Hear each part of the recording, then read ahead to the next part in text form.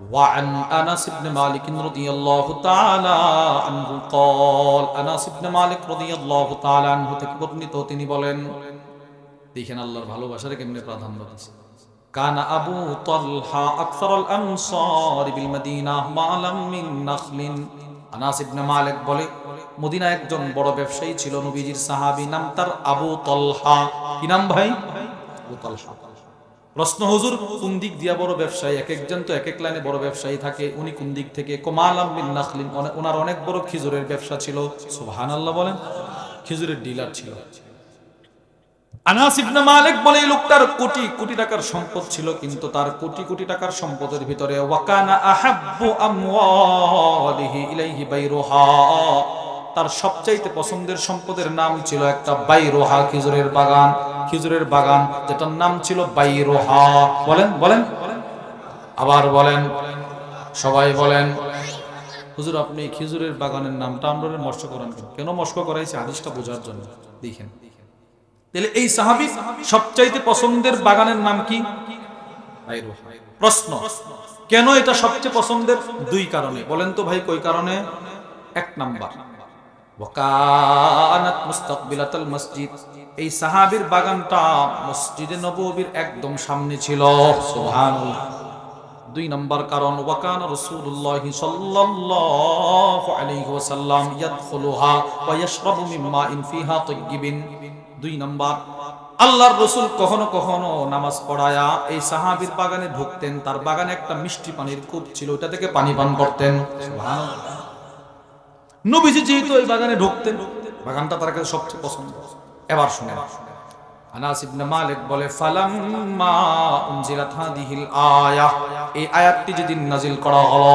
লান তানালুল বিররা হাত্তা তুনফিকু মিম্মা তুহিব্বুন এই আয়াতটি যেদিন নাজিল করা হলো قام ابو طلحه الى رسول الله صلى الله عليه وسلم ابو طلحه رضي الله تعالى عنه নবীজির দরবারে দৌড়ায় গেলেন সুবহানাল্লাহ বলেন না ওই বাগানের মালিক দৌড়ায় নবীর দরবারে গেছে গিয়ে আল্লাহর রাসূলকে বলতে লাগলেন ইয়া রাসূলুল্লাহ কি কেন আসছো আল্লাহ নাকি বলছে নিজের পছন্দের জিনিস খরচ না করলে জান্নাত পাবো না বলে হ্যাঁ বলছে তো ওগো নবীজি ওয়া ইন্না আহাব্বা আমওয়ালি ইলাইয়া বাইরুহা ওগো নবীজি আপনি ভালো করে জানেন আমার সবচাইতে পছন্দের বস্তুটার নাম হলো বাইরুহা বাগান সুবহানাল্লাহ বলেন নবী বলে জানি তো তো কি হইছে নবী গো আমার দুনিয়ার পছন্দের দামি সম্পদ বাইরুহার দরকার নাই পরকালে আমার জান্নাত তার বড় দরকার ওয়া ইন্নাহা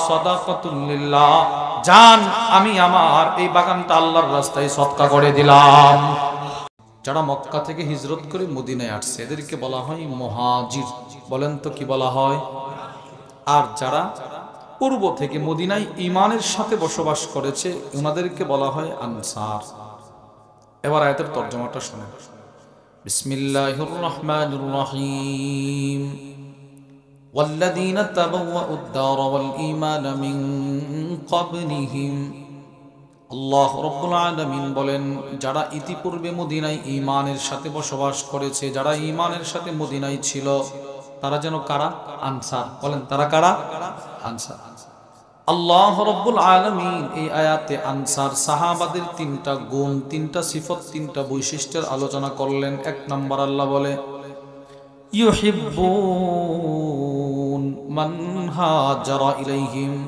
আল্লাহ রাব্বুল আলামিন বলে পৃথিবীর মানুষ শোনো মদিনার আনসার সাহাবারা এতটাই ভালো এদের কাছে দূর দূরান্ত থেকে কেউ হিজরত করে আসলে মদিনার মানুষগুলো ওই মুহাজিরদেরকে বড় ভালোবাসে সুবহানাল্লাহ বলেন অনেক ভালোবাসে মদিনার মানুষ অনেক ভালোবাসে এক নাম্বার গুণ দুই নাম্বার গুণ আল্লাহ বলেন ওয়ালা ইয়াজিদুনা ফি সুদুরিহিম হাজাতাম মিম্মা উতু আল্লাহ রাব্বুল আলামিন বলে মদিনার মানুষগুলো এতটাই ভালো এদের কাছে আল্লাহর রাসূল যদি মক্কার মানুষদেরকে গনিমতের মাল সব দিয়ে দেয় মদিনাওয়ালাদেরকে যদি রাসূল কিচ্ছু না দেয় এই কারণে মদিনার কোনো সাহাবীর অন্তরে কোনো কষ্ট থাকে না সুবহানাল্লাহ বলেন নবীজি আমাদেরকে দিল না রসুল সব ওনাদেরকে দিয়ে দিল, এই কারণে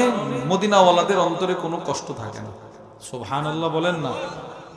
3 নম্বর গুণ আল্লাহ বলেন ওয়ায়ুতিরুনা আলা আনফুসিহিম ওয়ালাউ কানা বিহিম খাসাসা। মদিনার মানুষগুলো এতটাই ভালো, এদের কাছে যখন কেউ মেহমান হয়ে আসে তারা নিজেরা কষ্ট করে হলেও অন্যকে নিজেদের উপরে প্রাধান্য দেয়। সুবহানাল্লাহ বলেন। নিজে কষ্ট করে, অন্যরে কষ্ট করতে দেয় না। মদিনার সাহাবাদের ব্যাপারে নবী আল্লাহর এই 3 নাম্বার সিফতটা, যে মদিনার মানুষ নিজেরা কষ্ট করে অন্যরে কষ্ট করতে দেয় না, এটা বোঝানোর জন্য কয়েকটা হাদিস শুনবো আমরা এই আয়াতের এই তর্জমাটা বোঝার জন্য। 1 নাম্বার তিরমিজি শরীফের বর্ণনা, وعن أنس بن مالك رضي الله تعالى عنه قال, হযরত আনাস ইবনে মালিক রাদিয়াল্লাহু তাআলা আনহু থেকে বর্ণিত, তিনি বলেন আন্না রাসূলুল্লাহ সাল্লাল্লাহু আলাইহি ওয়াসাল্লাম লাম্মা কদিমাল মদিনা, নবীজি সাল্লাল্লাহু আলাইহি ওয়াসাল্লাম যেদিন মক্কা থেকে হিজরত করে মদিনায় আসলেন, আল্লাহর রাসূল যেদিন মক্কা থেকে মদিনায় আসলেন, আতাহুল মুহাজিরুন, সব মুহাজির সাহাবারা নবীজির দরবারে দৌড়ায় আসলেন। সুবহানাল্লাহ বলেন। নবীজি এসে বসছেন, সমস্ত মুহাজির যারা নবীর আগে হিজরত করে মদিনায় আসছে এরা সবাই নবীর কাছে গেছে। গিয়ে দেখেন কি বলে, ফাকালু ইয়া রাসূলুল্লাহ, সবাই গিয়ে বলতে লাগলো গো আল্লাহর রাসূল। নবী বলে কি, মা রাআইনা কওমান আবদালা মিন কাসীরিন ওয়ালা আহসানা মুওয়াসাত মিন কলিলিন মিন কওমিন নাযালনা বাইনা আযহুরিহিম। ওরাটা আরবি ইবারতের অর্থ হলো, মক্কার মুহাজির সাহাবারা নবীজির দরবারে গিয়ে বলতে লাগলো, ইয়া রাসূলুল্লাহ, আমরা মক্কা থেকে হিজরত করে মদিনায় এমন একটা সম্প্রদায়ের কাছে আসলাম, এদের মতো ভালো মানুষ পৃথিবীতে আর হতে পারে না, এরা এত ভালো। নবী বলে কেমনে বুঝছো? ওগো আল্লাহর রাসূল, লাকাদ কাফাউনাল মুনা। মক্কার সাহাবারা আল্লাহর রাসূলকে বললেন, নবী গো, আমরা মক্কা থেকে হিজরত করে মদিনায় আসার পর আমাদের মক্কার ভিটা জমি ছেড়ে আসছি, কুরবানি করে আসছি, আমাদের বাপ দাদার সহায় সম্পদ সব রেখে মদিনায় আসছি। ওগো নবীজি, আমরা আমাদের বিবি বাচ্চা সব ছেড়ে মদিনায় আসছি, আমাদের এত কষ্ট দূর করার জন্য এক একজন মদিনার আনসার সাহাবী যথেষ্ট, এরা এক একজন যথেষ্ট আমাদের দুঃখ কষ্ট দূর করার। আল্লাহর রাসূল কেমনে কেমনে দূর করে? ওগো রাসূল, ওয়া আশরাকুনা ফিল মাহনা। মক্কার সাহাবারা বলে, নবী গো, মদিনার মানুষগুলো এতটাই ভালো, এরা এদের নিজের সম্পদের ভেতরে আমাদেরকেও অংশীদার বানিয়ে দিয়েছে। এটা কি সাধারণ কথা মনে করছেন? নিজের বাপ দাদার যে জমি ছিল ওইগুলো মদিনার মানুষ বন্টন করে করে একজন আরেকজন মক্কাওয়ালারে মালিক বানায় দিয়েছে। হাদিসের এই অংশটির ব্যাখ্যায় ওয়াশরাকুনা ফিল মাহনা, হাদিসের এই অংশটির ব্যাখ্যায় জগৎ বিখ্যাত মুহাদ্দিস আল্লামা আব্দুর রহমান ইবনে আব্দুর রহিম আল মুবারকপুরি রাহিমাহুল্লাহ তার বিখ্যাত তিরমিজির শরহ তুহফাতুল আহওয়াদির মধ্যে লেখে, মদিনার সাহাবাদের বড় বড় খেজুরের বাগান ছিল, এক একটা বাগানে 200-400 গাছ খেজুর গাছ। প্রতি বছর এক একজনের বাগানে যেই পরিমাণ খেজুর আসতো, মদিনার সব সাহাবী প্রত্যেকের বাগানের সব খেজুরের 2 ভাগে ভাগ করছে। 1 ভাগ খেজুর নিজের জন্য রাখছে, বাকি অর্ধেক এরা মক্কার সাহাবাদেরকে মালিক বানায় দিতে। আল্লামা আব্দুর রহমান আল মুবারকপুরি রাহিমাহুল্লাহ লেখেন, 1 বছরে বাগানের মধ্যে খেজুরটা আনতে গিয়া বাগানে সাহাবারা কষ্ট করছে কিনা বলেন? পরিষ্কার পরিচর্যা, পানি দেওয়া, সেচ দেওয়া সব করছে। ও সারা বছর মদিনার মানুষ নিজেরা নিজেদের বাগানকে পরিষ্কার রাখতেন, নিজেরা কাজ করতেন, কোন মক্কার সাহাবীরে বাগানে ঢুইকা কাজ করতে দিতেন না। সুবহানাল্লাহ বলে না। এবার কি পরিমাণ অন্যকে নিজের উপরে প্রাধান্য দিছে বলেন, কি পরিমাণ দিছে? তাহলে এই হাদিস থেকে আমরা বুঝলাম আল্লাহ রাব্বুল আলামিন যে বললেন মদিনার মানুষ নিজেরা কষ্ট করে হলে অন্যরে নিজের উপরে প্রাধান্য দেয়, আসলে আল্লাহ কথাটা ঠিকই বলছেন, ঠিক না? 2 নম্বর হাদিস, তরজমাটা বোঝার জন্য। বুখারী শরীফের 2448 নম্বর হাদিসের বর্ণনা। وعن أنس بن مالك رضي الله تعالى عنه قال হযরত আনাস ইবনে মালিক রাদিয়াল্লাহু তাআলা আনহু থেকে বর্ণিত, তিনি বলেন লাম্মা কদিমা আব্দুর রহমান ইবনে আউফ আল মদিনা, নবীজির সাহাবী আব্দুর রহমান ইবনে আউফ যেদিন মক্কা থেকে হিজরত করে মদিনায় আসলেন, ফাআখান নবী সাল্লাল্লাহু আলাইহি ওয়াসাল্লাম বাইনাহু ওয়া বাইনা সাদ ইবনে রবি। আল্লাহর রাসূল মদিনার একজন সাহাবী ছিলেন, নাম তার সাদ ইবনে রবি। ওই সাহাবীকে আল্লাহর রাসূল ডাক দিয়া বললেন, এই সাদ এদিকে আসো। সাদ নবীজির দরবারে গেলেন। আল্লাহর রাসূল বলে, সাদ রে, আমার এই সাহাবী আব্দুর রহমান বড় কষ্ট করে হিজরত করে মদিনায় আসছে। মদিনার তার সম্পদ ছিল, আজকে মদিনায় কোনো সম্পদ নাই। মদিনায় তার বাড়ি ছিল, আজকে মক্কায় তার বাড়ি ছিল, মদিনায় তার বাড়ি নাই। খাবার দাবারের কোনো ব্যবস্থা নাই।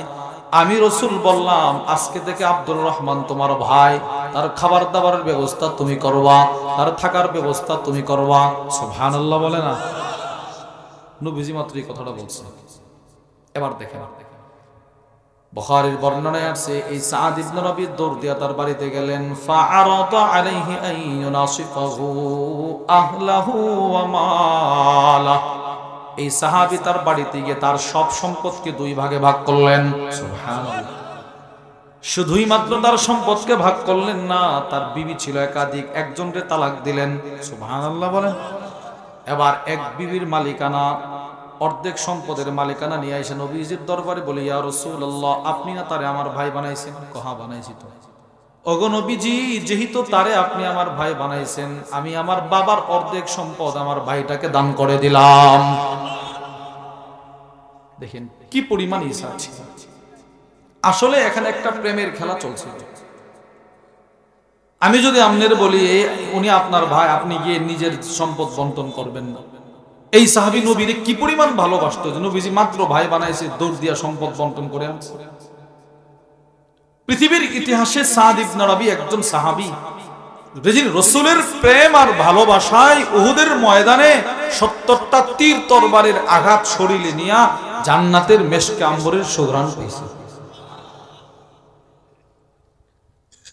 আল্লামা ইবনুল হাজার আসকালানী রাহিমাহুল্লাহ তার বিখ্যাত কিতাব আল ইসাবাহ ফি তাময়িজিস সাহাবার মধ্যে নিয়ে আসছেন, এই সাহাবী নবীরে কতটা ভালোবাসতেন, যে ভালোবাসার কারণে সাথে সাথে সম্পদ বন্টন করে নিয়ে আসলো। এটার দৃষ্টান্ত দিতে গিয়ে আল্লামা ইবনুল হাজার আসকালানী তার জীবনীতে নিয়ে আসছে।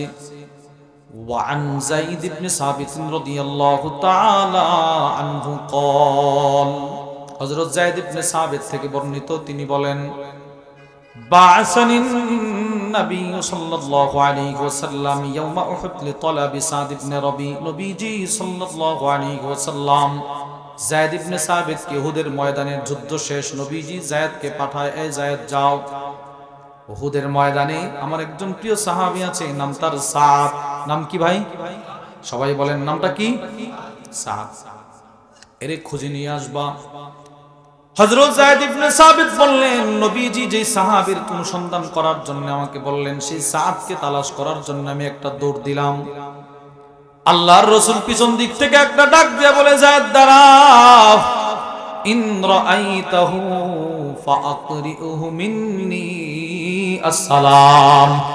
ও যায়েদ শোনো, যদি তুমি আমার সাহাবী সাদকে জীবিত পাও, এরে বলবা আমি রাসূল নিজে তাকে সালাম দিলাম। নবীজি সালাম দিলেন। পৃথিবীর মানুষ 2 লক্ষ 3 লক্ষ টাকা খরচ করে উমরায় যায়, রাসূলের রওজার সামনে যায় নবীর একটা সালাম দেওয়ার জন্য। লক্ষ লক্ষ টাকা খরচ করে নবীজির রওজার সামনে দাঁড়ায়, নবীর একটা সালাম দেয় নিজের ভালোবাসা প্রকাশ করার জন্য, ঠিক না? এবার আল্লাহর রাসূল যে সাহাবীর নিজে সালাম দেয়, ওই সাহাবীর দাম কেমন বলেন? নবীজি নিজে বলে যায়, তুমি সাদকে জীবিত পাইলে আমার পক্ষ থেকে একটা সালাম দিবা। সুবহানাল্লাহ বলেন। এবার হযরত যায়েদ ইবনে সাবিত সালামটা নিয়ে দৌড় দিলেন। রাসূল আবার পিছন দিক থেকে আবার ডাক দিলেন, এই যায়েদ দাঁড়াও। ও নবী আবার কেন ডাক দিলেন? আল্লাহর রাসূল বলতে লাগলেন, যায়েদ শোনো, শুধুই মাত্র তাকে সালাম দিবা না, যদি আমার সাহাবী সাদকে জীবিত পাও তুমি তাকে বলবা তার কেমন লাগতেছে। ইয়াকুলু লাকা রাসূলুল্লাহি কাইফা তাজিদু, তুমি তাকে একটা প্রশ্ন করবা, কেমন আছো, কেমন লাগছে, এই প্রশ্নটা করবা। তাহলে দুইটা বিষয়, এক নাম্বার তারে পাইলে সালাম দিবা, দুই নাম্বার প্রশ্নটা করবা। হযরত যায়েদ ইবনে সাবিত বলেন, ফাজআলতু আতুফু বাইনাল কাতলা, উহুদের ময়দান পড়াটা তন্ন তন্ন করে তারে খুঁজতেছি, শহীদ সাহাবাদের লাশের মিছিলে তার লাশ খুঁজি, কোথাও পাই না। একবার উহুদের ময়দানের ডান দিকে দৌড়ায়, একবার বাম দিকে দৌড়ায়, সামনে দৌড়ায়, পিছনে দৌড়ায়, কোথাও এই সাহাবীর হদিস পায় না। যায়েদ ইবনে সাবিত বলে, অনেকক্ষণ পরে তাকায় দেখি উহুদের ময়দানের এক কর্নারে একটা লোক, ওয়াবিহি সাবউনা তরবা, ওই লোকটার শরীরে একটা দুইটা তীর তরবারের আঘাত নয়, 70টা তীর তরবারের আঘাত নিয়ে জমিনে গর্তের সাথে গড়াগড়ি করতেছে। আমি দৌড়ায় তার কাছে চলে গেলাম, গিয়ে বললাম, তুমি কি সাদ? হ্যাঁ আমি সাদ। যদি তুমি সাদ হও তাহলে শোনো, ইন্না রাসূলুল্লাহি সাল্লাল্লাহু আলাইহি ওয়াসাল্লাম ইয়াকরাউ আলাইকাস সালাম, স্বয়ং নবীজি তোমাকে সালাম দিয়েছে। নবী তোমারে সালাম দিয়েছে। আপনি বলেন, 70টা তীর তরবারের আঘাত যার শরীরে লাগে, ওই শরীরের মানুষটা ঠিক থাকার কথা না। যেই মাত্র নবীজির সালামটা তার কানে গেল, সে সাথে সাথে বলতে লাগলো, ওয়া আলা রাসূলিল্লাহি আসসালাম ওয়া আলাইকা, যাও নবীকেও আমার সালাম দিবা, তোমার উপরেও সালাম। এবার হযরত যায়েদ বলে, আল্লাহর রাসূল শুধু তোমারে সালাম দেই নাই, ভাই আর কি করছে? আল্লাহর রাসূল বলছে, খাব্বিরিনি কাইফা তাজিদু, সাদ আমি দেখতেছি 70টা তীর তরবারের আঘাত নিয়ে তুমি বড় কষ্টে আছো, কি করব? নবীজি বলছে তোমার এই প্রশ্নটা করার জন্য, তুমি কেমন আছো? হযরত যায়েদ ইবনে সাবিতের প্রশ্নটা শোনার সাথে সাথে সাদ বলতে লাগলেন, কুল্লাহু ইয়া রাসূলুল্লাহ আজিদুরি হাল জান্নাহ, তুমি আল্লাহর রাসূলকে গিয়ে বলবা নবীজির প্রেম 70টা তীর তরবারের আঘাত নিয়ে এই মুহূর্তে আমি উহুদের ময়দান থেকে সরাসরি জান্নাতুল ফিরদাউসের সুঘ্রাণ পাইতেছি। সুবহানাল্লাহ। এই হলো সাদ ইবনে রবি। আসলে উহুদের ময়দানটা একটা ঐতিহাসিক ময়দান, ওই ময়দানে এক এক সাহাবীর এক একটা কারামত প্রকাশ পাইছে। সুবহানাল্লাহ বলেন। বুখারীর বর্ণনা, আন্না রাজুলান আতান নবী সাল্লাল্লাহু আলাইহি ওয়াসাল্লাম, এক ব্যক্তি নবীজির দরবারে আসলেন, রাজুলুন মুকান্নাউন বিল হাদিদ, যুদ্ধের সাজে সজ্জিত হয়া, মানে লৌহ বর্ম সব ফিট হয়া নবীর কাছে আসছে। ফাকালা ইয়া রাসূলুল্লাহ, এসে বলতে লাগলো, গো আল্লাহর রাসূল, কি উকাতিলু আম মুসলিম, আমি কি আগে কালিমা পড়ব নাকি যুদ্ধ করব? আল্লাহর রাসূল বলে, আসলিম, আগে কালিমা পড়ো, সুম্মা কাতিল, তারপরে যুদ্ধ করো। লোকটা ছিল বিদিন কাফের, যুদ্ধ চলতেছে উহুদের ময়দানে, সে সাথে সাথে কালিমা পড়ে মুসলমান হয়া যুদ্ধের ময়দানে ঢুকে গেল। আবু হুরায়রা রাদিয়াল্লাহু তাআলা আনহু বলে, ফাকুতিলা, যুদ্ধের ময়দানে গিয়া লোকটা শহীদ হয়ে গেল। সুবহানাল্লাহ বলেন। লোকটা কি ছিল? কাফের। বলেন কি ছিল? আল্লামা ইবনুল হাজার আসকালানী রাহিমাহুল্লাহ তার বিখ্যাত বুখারীর শরহ ফাতহুল বারীর মধ্যে আবু হুরায়রা থেকে বর্ণিত, তিনি বলেন, এই লোকটা যখন যুদ্ধ করতে করতে কাফিরদের সামনে চলে গেল, কাফিররা এর প্রশ্ন করে, আশাফাকাতুন আলাইহি আমরাবগাতুন ফিল ইসলাম, এই বেটা তুই যে যুদ্ধের ময়দানে আসলি, আমাদের ভালোবাসায় আসছো নাকি মুহাম্মদের ইসলামের ভালোবাসায় আসছো? দেখলাম আমাদের দলে ছিলি সারা জীবন, এখন আবার দেখলাম তরবারি দিয়ে ওদিক থেকে আসছো, কার ভালোবাসায় আসছো?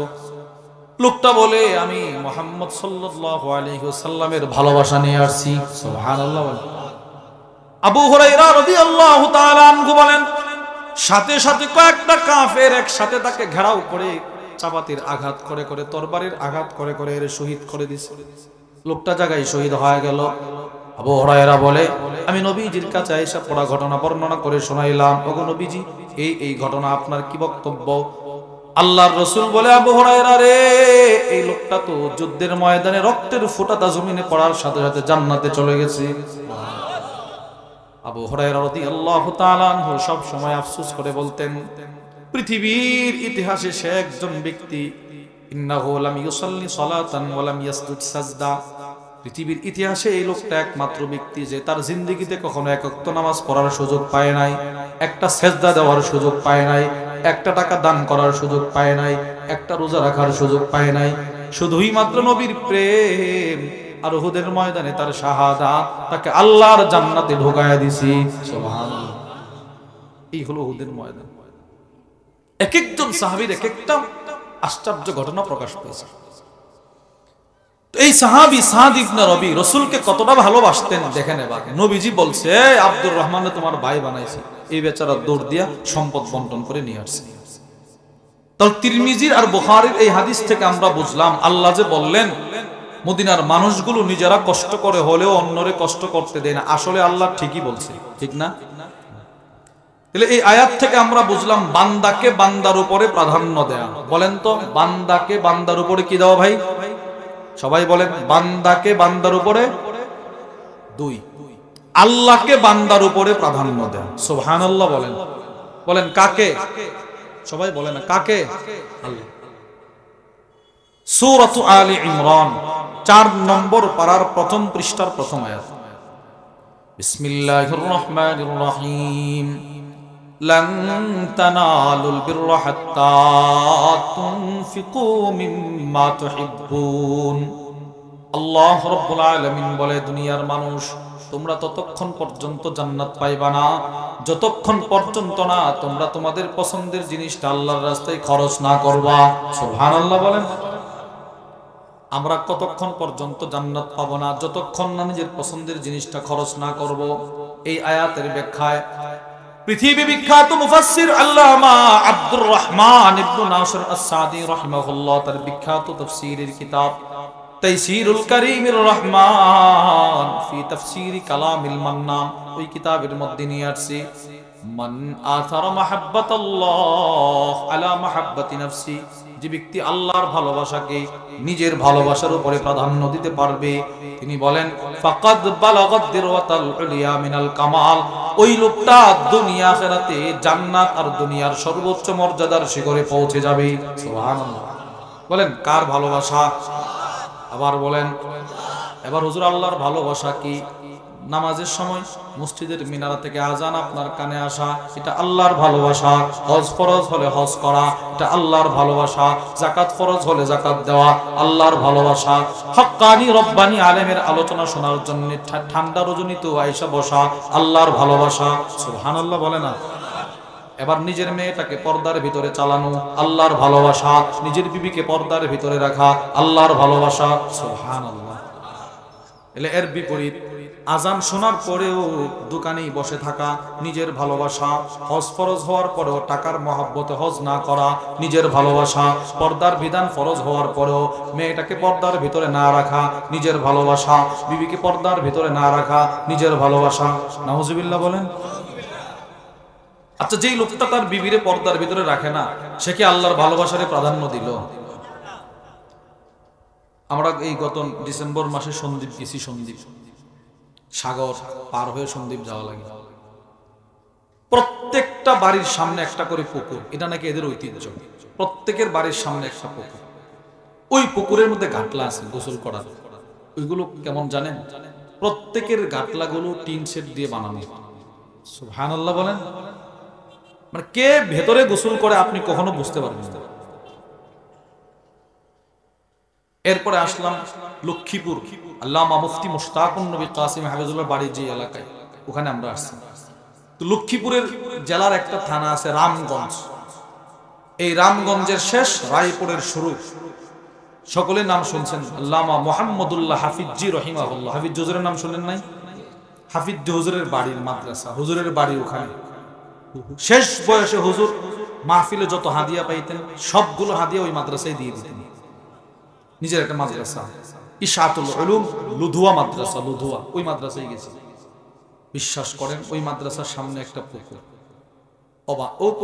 ওই পুকুরের দিকে আমরা তাকায় দেখি যে ঘাটলাটা ওইটা টিন শেড না, পুরা পাকা দেওয়াল দিয়ে বানায় ফেলছে একদম। আমি বললাম যে গোসল করতে ভেতরে করবে কেমনে? হুজুর নিচে ছোট ছোট ছিদ্র আছে, এগুলো দিয়ে পানি ঢোকে, ওই পানিতে এরা গোসল করে। পৃথিবীর কোনো মানুষ যেন এদেরকে না দেখতে পারে। আমাদের হযরত ওয়ালা হাকিমুন নফস আল্লামা মুফতি মুশতাকুন নবী কাসিম হাফেজ হুজুরের একজন মুহিব্বিন আছে কুমিল্লার, অনেক ভালো মানুষ, ডাক্তার। তো নভেম্বরে ওনার মাহফিলে গেছে আমি, ওনার বাসার সাথে একটা মাহফিল। ওনার যে কি বলে আপনার ফার্মেসি, ওনার অফিস, ওখানে বড় একটা বিল্ডিং 4 তলা। উনি আমারে বলে এটা আল্লাহ আমারে দিয়ে কিনাইছে 86 লক্ষ টাকা। আচ্ছা, তো আপনি যে খাবারের জন্য নিয়ে গেলেন একদম চিপা একটা বাড়িতে, ওই বাড়ির টাকা ওখানে বাসা ভাড়া নিয়ে থাকি। আমি বললাম আপনার 4 তলা বাড়ি থাকার পরেও আপনি বাসা ভাড়া নিয়ে চিপাই থাকেন কেন? হুজুর এটা তো বাজারের মাঝখানে, ওখানে থাকলে আমার বিবির পর্দা হালকা হয়ে যায়, আমার ভয় লাগে আমার বিবিরে কেউ যদি দেখে ফেলে। সে পর্দার ভিতরে থাকে কিন্তু পর্দার বিধানটা ঠিক মতো মানতে পারে না, মানুষ যাতায়াত করে, তো এই জন্য পর্দাটা যেন সে ভালো করে মানতে পারে আমি চিপা একটা বাসা নিয়েছি ভাড়া দিই। কি ভাই বিষয়টা কোথায় বলেন? নিজের টাকার বাসার ভাড়া বাদ দিয়ে আরেক জায়গায় বাসা ভাড়া নিয়ে থাকে, শুধুই মাত্র আল্লাহর ভালোবাসাকে নিজের ভালোবাসার উপরে প্রাধান্য দেওয়ার কারণে। সুবহানাল্লাহ বলেন। তাহলে এবার বলেন মসজিদের মিনার থেকে আজান কার ভালোবাসা? সবাই বলে না কার? আল্লাহ। এবার হজ ফরজ হলে হজ করা কার ভালোবাসা? নিজের মেয়ের পর্দার ভিতরে রাখা কার ভালোবাসা? ছেলের নামাজে নিয়ে যাওয়া কার ভালোবাসা? আল্লাহর ভালোবাসা। আল্লাহর ভালোবাসাকে সবসময় নিজের ভালোবাসার উপরে প্রাধান্য দেয়। বলেন ইনশাআল্লাহ।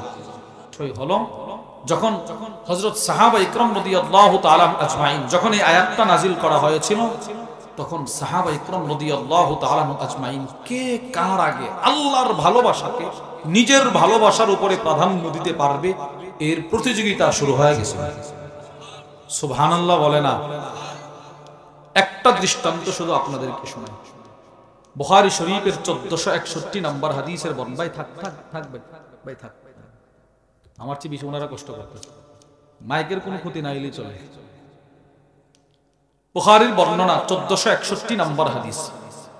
وعن انس بن مالك رضي الله تعالى عنه قال انس بن مالك رضي الله تعالى عنه থেকে বর্ণিত, তিনি বলেন, দেখেন আল্লাহর ভালোবাসার কেমনে প্রাধান্য দিয়েছে। কানা আবু তালহা আকসারুল আনসার বিল মদিনা মালাম মিন নাখলিন। আনাস ইবনে মালিক বলে মদিনায় একজন বড় ব্যবসায়ী ছিল, নবীজির সাহাবী, নাম তার আবু তালহা। কি নাম ভাই? আবু তালহা।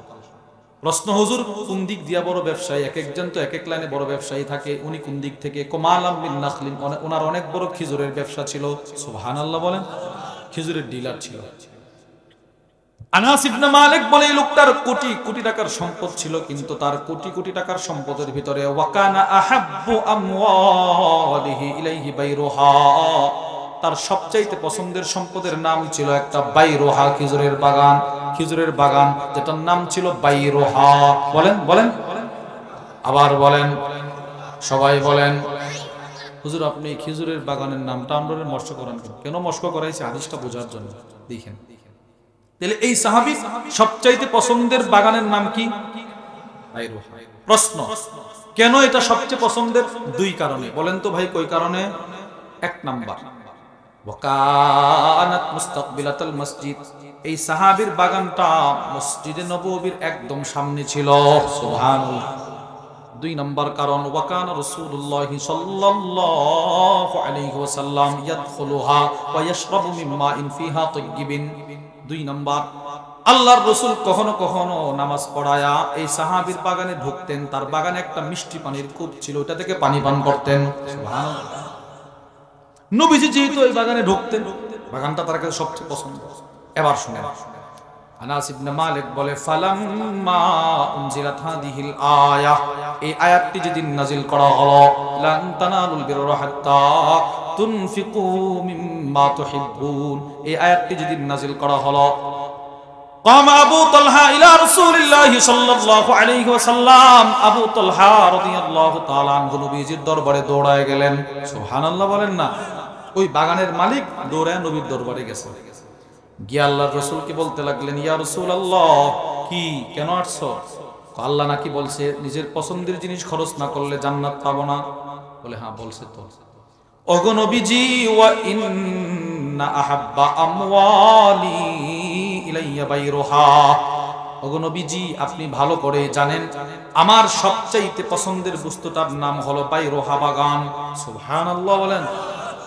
নবী বলে জানি তো, তো কি হইছে? নবী গো, আমার দুনিয়ার পছন্দের দামি সম্পদ বাইরুহার দরকার নাই, পরকালে আমার জান্নাত তার বড় দরকার। ওয়া ইন্নাহা সাদাকাতুল লিল্লাহ, জান আমি আমার এই বাগানটা আল্লাহর রাস্তায় সদকা করে দিলাম। আল্লাহর ভালোবাসারে নিজের ভালোবাসার উপরে প্রাধান্য দেয়। এই যে আপনারা এতক্ষণ বসে আছেন, এটা কিন্তু আমাদের ভালোবাসা না, আল্লাহর ভালোবাসা। যদি আমাদের ভালোবাসায় বসে থাকেন কোনো সওয়াব নেই। আর যদি আল্লাহর দ্বীন আল্লাহ রাসূলের কথা শুনবো এই উদ্দেশ্যে এসে থাকেন, তো প্রতি সেকেন্ডে সেকেন্ডে জান্নাতের বাড়ি বাড়তেছে, বাড়ি বাড়তেছে। নিয়তকে দুরস্ত করা, বলে আমরা কার জন্য আসছি? খুব কষ্ট করে বসে আছে। এই যে আমার ভাই তুফাইল ভাই, উনি এই যাওয়া বাজারের তাফসীরের জন্য ঘুম নাই, কয়েকদিন যাবত ঘুম নাই। আমি আয়েশা আবুল খায়ের সাহেবের কাছ থেকে শুনছি, আমি তো মাজুর, এই তোফাইল সাহেব এয়ারপোর্ট যাচ্ছে, হুজুর ওলামাদেরকে নিয়ে আসছে, এই যে এখন আসছে সিলেট থেকে, আবার আমারে নিয়ে আসছে এখানে, আবার খান সাহেবের সাথে যাবে, আমার সাথে যাবে। এগুলো আমাদের ভালোবাসা, এগুলো আল্লাহর ভালোবাসা। বলেন কার ভালোবাসা? আপনারা বসা আছেন, মুরব্বীরা এখানে বসা আছে, সবগুলো আল্লাহর ভালোবাসা। বলেন ইনশাআল্লাহ। আমরা কার ভালোবাসায় আসছি ভাই? আল্লাহর ভালোবাসা। আল্লাহ আপনাদের সকলকে, তুফাইল ভাইকে সহ সকলকে আল্লাহ উত্তম বিনিময় দান করেন। বলেন আমিন। এই সাহাবী বলে, ইয়া রাসূলুল্লাহ, আমার জান্নাতের দরকার, এটা আমার দরকার নাই, জান এটা আমি সদকা করে দিছি। তাহলে দুইটা আয়াত থেকে আমরা বুঝলাম বান্দাকে বান্দার উপরে প্রাধান্য দেয়া, প্রথম আয়াত থেকে। দ্বিতীয় আয়াত থেকে আল্লাহকে বান্দার উপরে প্রাধান্য দেয়া। এবার আসেন দেখি হাদিসে নবীজি বিষয়টাই, অন্যকে নিজের উপরে প্রাধান্য দেওয়ার ব্যাপারে হাদিসে নবীজি কি বলে। এক নাম্বার বুখারীর বর্ণনা, وعن أبي موسى الأشعري رضي الله تعالى عنه قال, হযরত আবু মুসা আশআরী রাদিয়াল্লাহু তাআলা আনহু থেকে বর্ণিত, তিনি বলেন, قال النبي صلى الله عليه وسلم, নবীজি একদিন সমস্ত সাহাবাদের সামনে আশআর গোত্রের সাহাবাদের কিছু সিফত বর্ণনা করতেছেন। সুবহানাল্লাহ বলেন। নবীর এক গোত্র ছিল সাহাবাদের আশআর, ওই গোত্রের সাহাবাদের কিছু সিফত, গুণ, বৈশিষ্ট্য নবীজি সব সাহাবীর সামনে বর্ণনা করেন।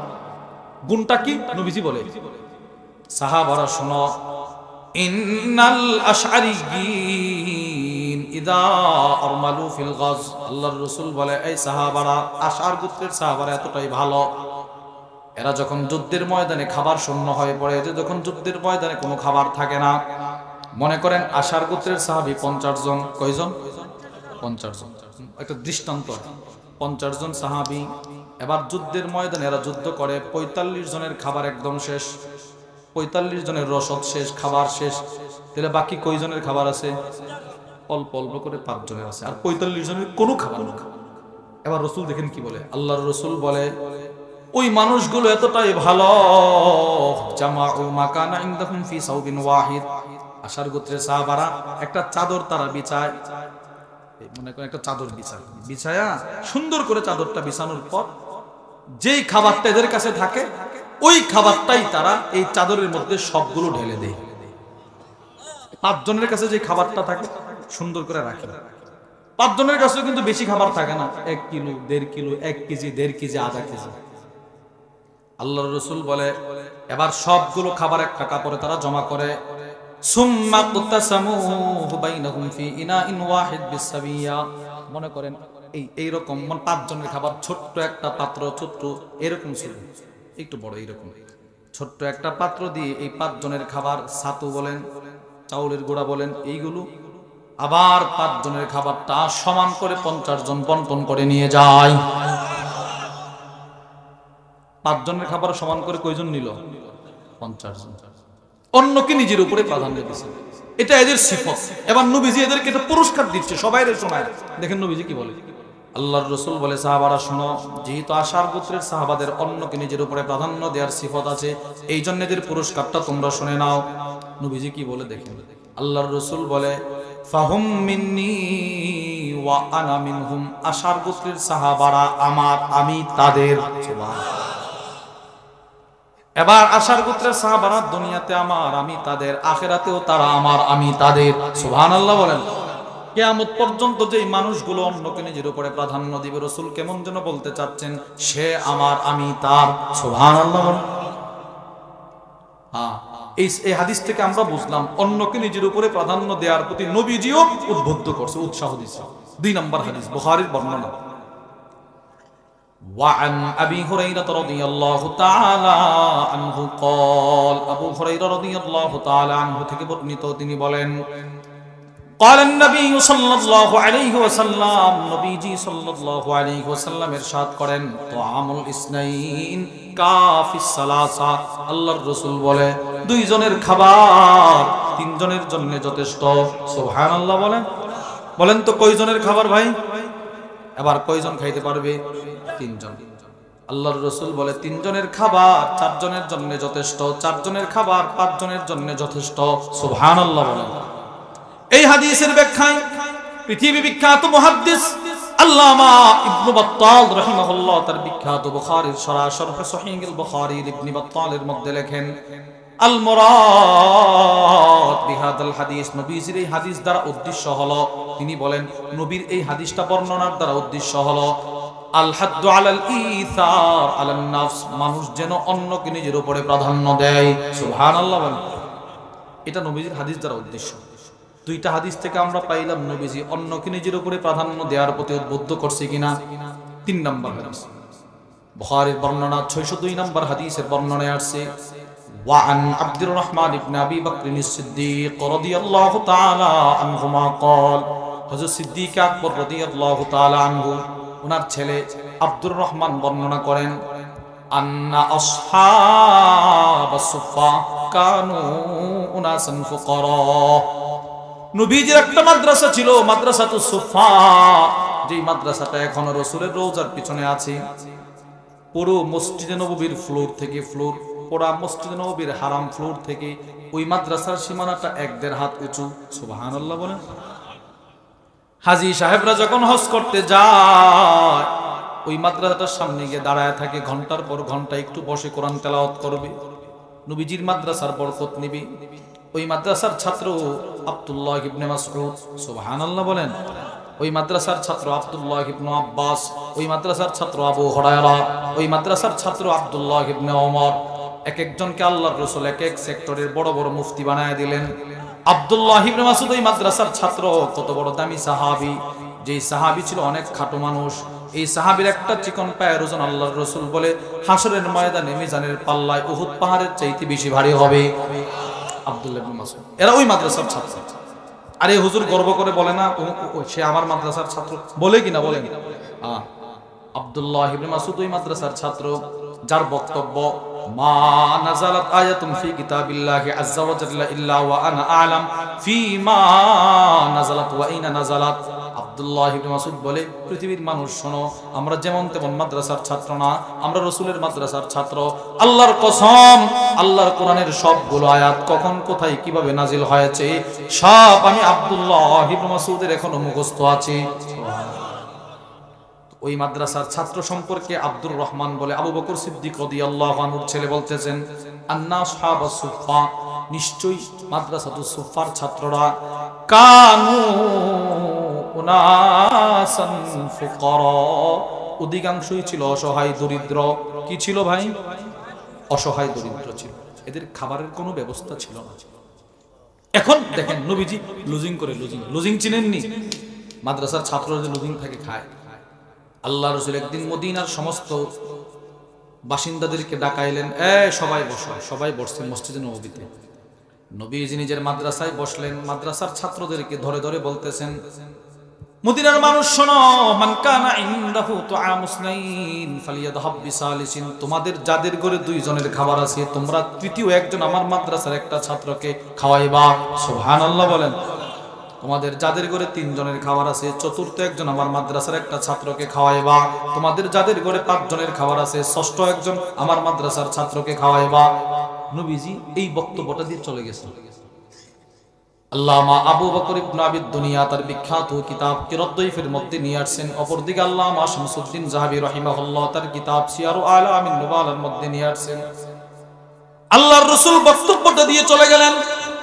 এবার কান আহলুস সুফফা ইদা আমসা, ও সুফফার সাহাবারা ছাত্ররা যখন সন্ধ্যা করলো, সন্ধ্যা ইনতালাকার রাজুল বির রাজুল, মদিনার বাসিন্দারা কেউ আইসা বলে, ও নবীর মাদ্রাসার ছাত্র, একজন আমার ঘরে চলে আসেন, আমি অসহায় মানুষ, একজন রে খাওয়াইতে পারো। ওয়ার রাজুলু বিল রাজুলাইন, কেউ আইসা বলে দুইজন আমার ঘরে চলে আসেন, আমি দুইজন রে খাওয়াইতে পারো। ওয়ার রাজুলু বিল খামসা, কেউ আইসা বলে পাঁচজন আমার ঘরে চলে আসেন, আমি পাঁচজন রে খাওয়াইতে পারো। আল্লামা আবু বকর ইবনে আবি দুনিয়া লেখে, কেউ আইসা একজন নিয়ে যায়, কেউ দুইজন নিয়ে যায়, কেউ তিনজন নিয়ে যায়, কেউ পাঁচজন নিয়ে যায়। কিন্তু ওয়া আম্মা সাদ ইবনে উবাদা ফাইন্নাহু কানা ইয়ানতালিকু বি80 কুল্লা লাইলা, নবীজি সাল্লাল্লাহু আলাইহি ওয়াসাল্লামের একজন সাহাবী ছিলেন, নাম তার সাদ ইবনে উবাদা। ইনি আয়েশা প্রতি রাতে 80 জন সাহাবীকে নিয়ে যাইতেন খাবার খাওয়ানোর জন্য। কয়জন? এবার একটু চিন্তা করেন তো, যে সাহাবী প্রতি রাত্রে 80 জনকে মেহমানদারি করলেন, সে কি পরিমাণ অন্যকে নিজের উপরে প্রাধান্য দিল? কি ভাই, শুধুই মাত্র 80 জনকে খাওয়ায় শেষ না। আল্লামা আবু বকর ইবনে আবি দুনিয়া লেখেন, 80 জন সাহাবী ঘরে খাবার খায়, এই ফাঁকে এই সাহাবী নিজের ঘরের ছাদে ওইটা দাঁড়ায়া জোরে জোরে ঘোষণা করে, এই মদিনার মানুষ, মান আহাব্বা শাহমান ওয়া লাহমা, তোমরা যারা সপ্তাহ পর সপ্তাহ চলে গেল ভালো খাবার খাইতে পারো না, গোশত খাইতে পারো না, ভালো খাবার খাইতে পারো না, তোমরা শোনো, ফালিয়াতি সাদ ইবনে উবাদা, তোমাদের জন্য আমি সাদের ঘরের দরজা 24 ঘন্টা খোলা আছে, আসো এসে খায়। এটা চিন্তা করেন তো, কি পরিমাণ নিজের উপরে অন্যরে প্রাধান্য দিয়েছে বলেন। এই হাদিস থেকেও আমরা বুঝলাম রাসূলুল্লাহ সাল্লাল্লাহু আলাইহি ওয়াসাল্লাম আমাদেরকে অন্যকে নিজের উপরে প্রাধান্য দেওয়ার প্রতি উদ্বুদ্ধ করছে কিনা বলেন, উৎসাহ দিছে কিনা বলেন। 4 নম্বর হাদিস, মুসলিম শরীফের 2630 নম্বর হাদিসের বর্ণনা। وعن عائشة رضي الله تعالى عنها قالت, أما زن عائشة الصديقة رضي الله تعالى عنها থেকে বর্ণিত, তিনি বলেন, জাআতনি মিসকিনা, আম্মা জান বলে আমার ঘরে একটা অসহায় মহিলা আসছে, অসহায় মহিলা ভিক্ষুক, খাবার চাওয়ার জন্য আসছে। আয়েশা আমারে ডাকতেছে, আম্মা জান খাবার দেন। তাকায়া দেখি মুতাহমিলু ইবনাতাইনি লাহা, মহিলাটার দুই কোলে দুইটা কন্যা সন্তান, ডান কোলে একটা কন্যা সন্তান, বাম কোলে একটা কন্যা সন্তান। অসহায় মহিলা মা, দুইটা মেয়ে নিয়ে আমার দরবারে দাঁড়ায় আছে, বলতেছে, আম্মা জান অনেক দিন হয়ে গেল আমার পেটে খাবার নাই, আমার পেটে খাবার নাই মানে আমার বুকে দুধ নাই, আমার বুকে দুধ নাই মানে আমার কন্যাগুলোরও খাবার নাই। আম্মা জান যদি আপনার কাছে কোনো খাবার থাকে একটু দিয়ে সহযোগিতা করেন। আম্মা জান আয়েশা বলে, মহিলাটা যেদিন আমার ঘরে আসছিল ওই দিন আমার ঘরে মানে নবীজির ঘরে খাবার ছিল মাত্র 3টা খেজুর। সুবহানাল্লাহ বলেন, কয়টা খেজুর? 3টা খেজুর মাত্র নবীজির ঘরে খাবার ছিল। ফাআতামতুহা 3 তামারাত, ওই 3টা খেজুর আমি মহিলাটাকে দান করে দিলাম। তাহলে আম্মা জান নিজের উপরে অন্যরে প্রাধান্য দিছে কিনা বলেন?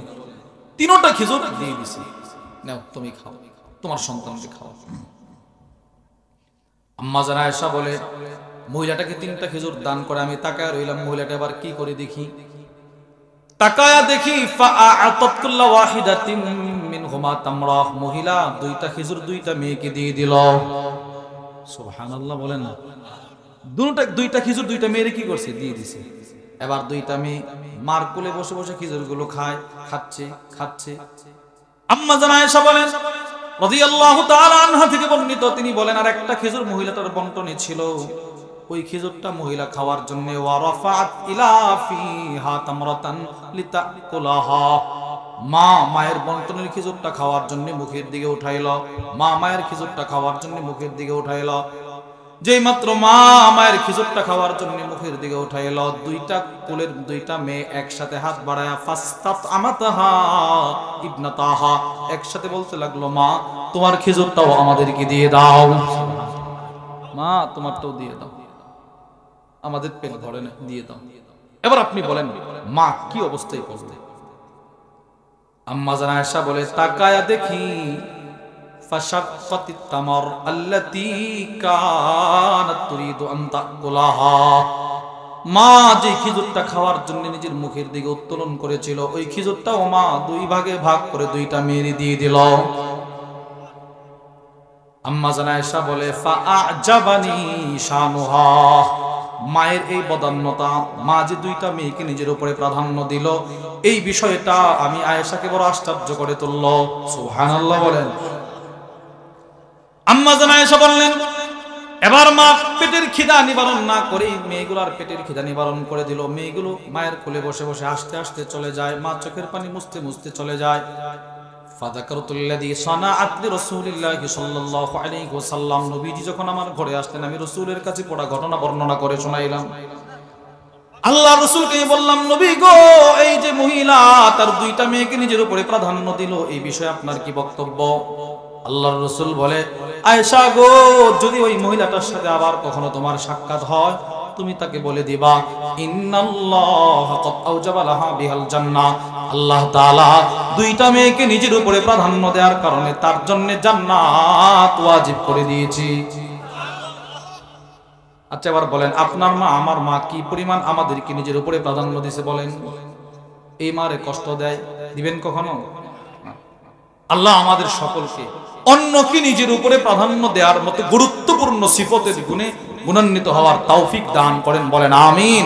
আমাদের আজকের মাহফিলের প্রধান মেহমান অনেক দূর থেকে হুজুর আসছেন, আল্লামা আব্দুল বাসিত খান সিরাজগঞ্জি হাফিজাহুল্লাহ, হুজুর চলে আসছেন।